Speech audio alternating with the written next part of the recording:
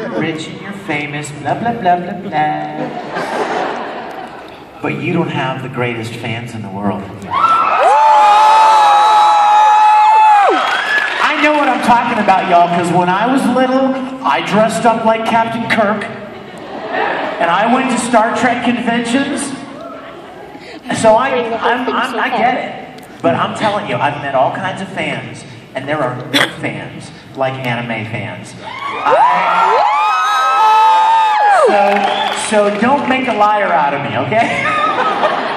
After this is over, I'll be back at my table, and I want all of those famous guys to see this at my table, and I want them to go, WTF? Who is this guy? Can I tell you a funny story? I see Eloise. I was in London at the London Film and Comic-Con. I'm driving the camera guys crazy right now, too. And the guy with the light control, like, dadgummit, where is he? This cameraman knows his stuff, because if you stay wide enough, it's easier to follow, right? See, he's got it. Okay, here's my funny story, all right? I think it's awesome! Of course he is! Here's my funny story. I'm at London Film and Comic-Con, and freaking Darth Vader is there. Like David Prowse, right? Darth Vader! I'm nerding out. I'm having a full-on nerdgasm. Because it's Darth Vader, right? I mean, when I was little, I loved Star Wars too. Just because I love Star Trek more doesn't mean that I didn't love Star Wars. So I'm signing autographs. And I look out of the corner of my eye, and David Prowse is standing there like this.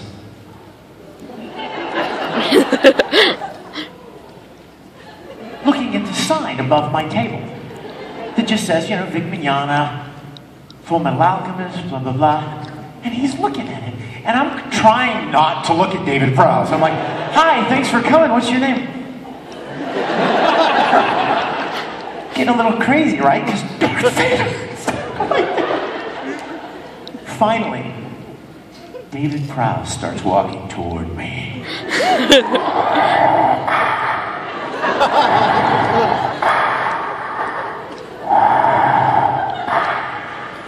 And he walks up to me. I see so. Oh, and I think Blair. And I'm talking to somebody right in front of me, but you don't ignore Darth Vader, right? So I go, 1 second. Hi. Now, I don't normally swear, but I'm just, for the sake of the story, because this is what he said to me, all right? So don't be running, oh, Vic's Mr. Vulgarity. Because you guys know better than that. He looks up, and he looks down at me, and he says, what the fuck is Full Metal Alchemist?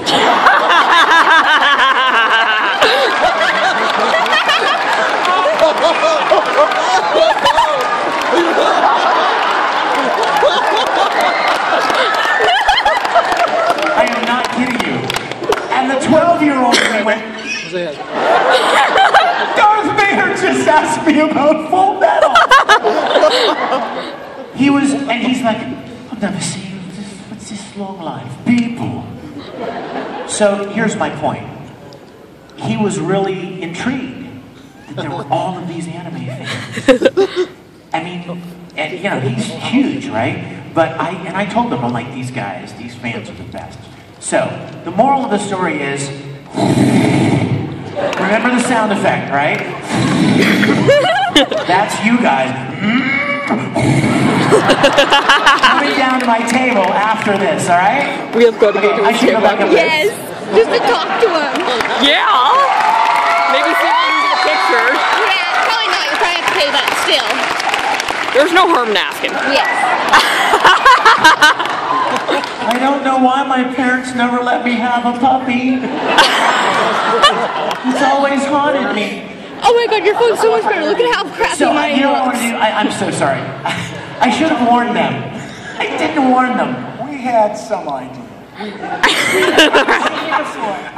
We saw you on stage at the Geeky Awards. What was it, 3 weeks ago? Yeah, in Los Angeles, yeah. Where Vic won for being the best producer, director, actor, and frankly, your portrayal of Captain Kirk was just right. Thank you. When I was young, it was all about Star Trek. I mean, you don't even want to know how obsessed I was with Star Trek. You know what I used to do? We've seen his pictures from when he was that big. Hey, you want to see something really funny? Do we have video guys? Are you online? The DVD player guys in the background? In the backstage here? Can you put up the menu to the DVD that I gave you? I have to show you something. Let's see how fast they can. Let's see if they can do this quickly. I'm scared. There's something you may not know about Vic. Vic sings like an angel. He sings Raja Brothers. It looks like it's happening. Oh yeah, I remember that. Awesome. I have a little home movie of me at 12 years old playing Captain Kirk. If you see it on screen, let me know. But anyway, when I was a little boy, I would take a tape recorder and I would sit it by the speaker of the television and I would record the episodes on cassette tape. And then, oh, it gets worse. Then I would put the cassette player under my pillow at night and lay there listening to Star Trek episodes as I went to sleep. So consequently, I digested all of those episodes, and I could quote them verbatim. But I would get my mom to teach me to use a sewing machine, I can upload this so that I could make my own uniforms, and I would sit there and build phasers, and communicators, uploading it to YouTube and Facebook. Anything I could find. So you But I see, can't put it on Facebook till Sunday. When you make you guys make amazing cosplay. All right, go ahead and click on the very last one, Star Trek Vintage. We'll just play a minute of it, just a second, so you guys can see. Nerdgasm 1974. Get ready.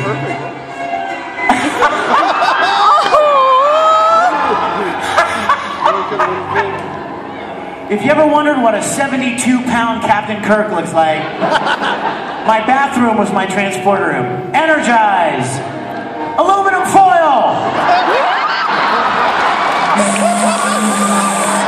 Look how serious I think I'm so important. I'm such a nerd. Okay, here comes the best part, guys. Watch. I call the ship and I say, beam down my phaser. And the guy, my friend Paul that's running the camera, right? He's like, here comes the phaser. Now watch. Watch my zipper. He's like, Vic, your zipper's down. So I turn around and zip it back up. Okay, turn that off. This is too embarrassing. Turn it off.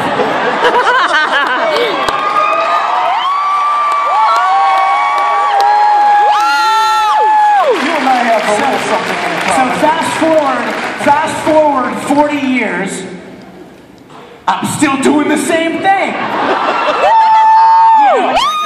Better than anybody out there. Well, the look, the feel, the colors, the camera angles. Well, we got together a bunch of people that love the original series of Star Trek. And we rebuilt the entire soundstage.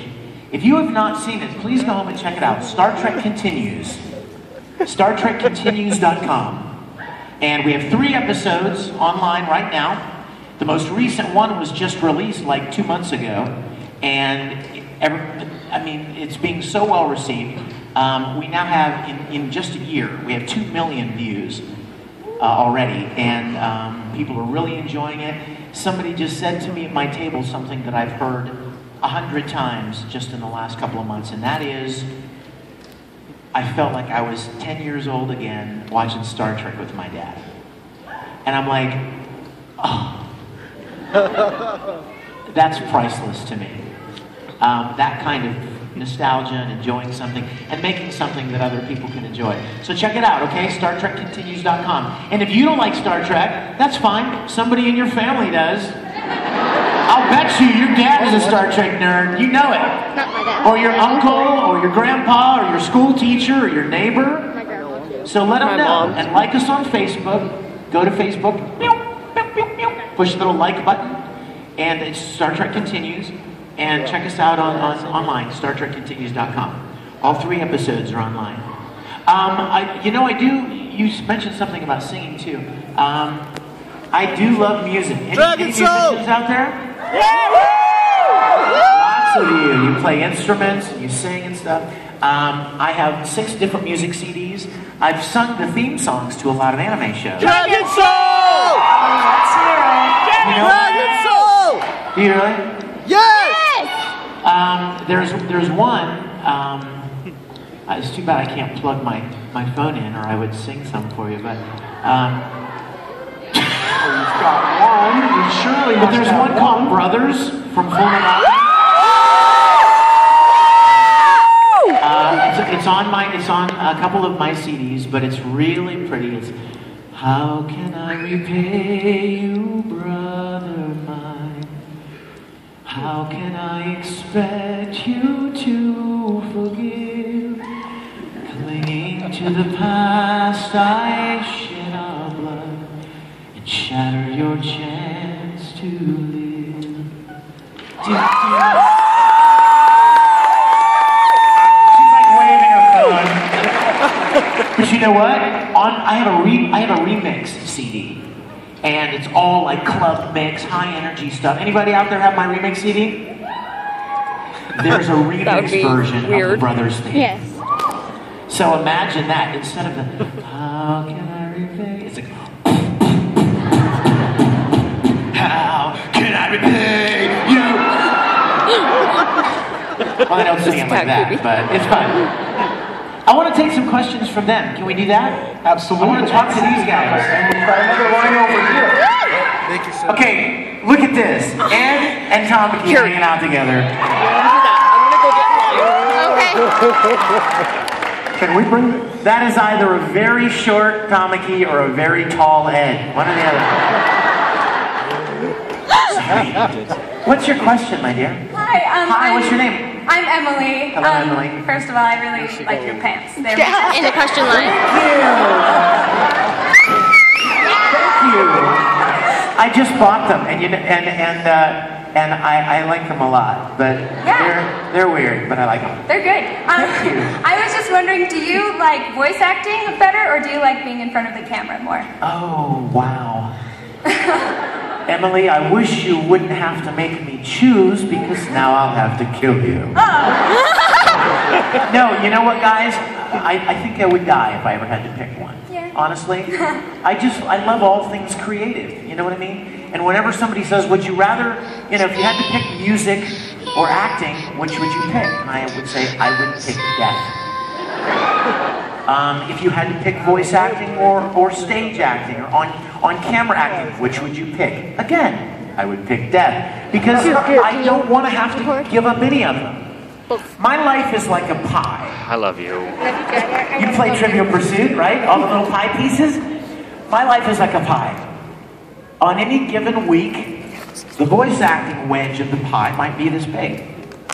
But then 2 weeks from now, it'll be this big, and the music pie piece will be this big. See what I mean? So I love doing so many different things, whether it's Star Trek, or whether it's building something, or writing something, or singing, or voice acting, appearances and conventions. I love everything I do. Can I tell you something? You will never meet anyone in your life who is more grateful to God than I am. I am so grateful for my life. And you know what? I'm not rich. I just, in case anybody out there says, sure he's grateful, he's a millionaire, and oh my gosh, no. And if I was, all of that money was spent on Star Trek. Trust me. But you know what? I am so grateful. I start every day just so grateful for the things I get to do. I love what I do, and it has absolutely zippo to do with money. It's all about taking joy in what you do. And it doesn't even have to be about like some creative thing. And it doesn't need to have to even be about being famous or money. Trust me, you guys, you're looking at a pretty old guy right now, and from my life experience, what I've learned, and your parents in the room will tell you this is true as well. If you think happiness comes from being famous, or making a lot of money, or having a big house, you are sorely mistaken. I'm sorry, it's true. It's true. It's true. And I mean, I watched my dad get up every day and go to work to a job that he hated. And I thought, man, what amount of money is worth that? Right? So what if they paid you $300,000? You hate your life, right? You hate your job, which means that you hate, when you get home, you're angry too, because you know you gotta go back the next day to the same job you hate. And it ruins your relationships and your joy. So I would encourage you guys, if I can share one thing with the younger attendees in the room, it would be find something that you love and do that. Don't think you're gonna make $1 million. That's not a good goal.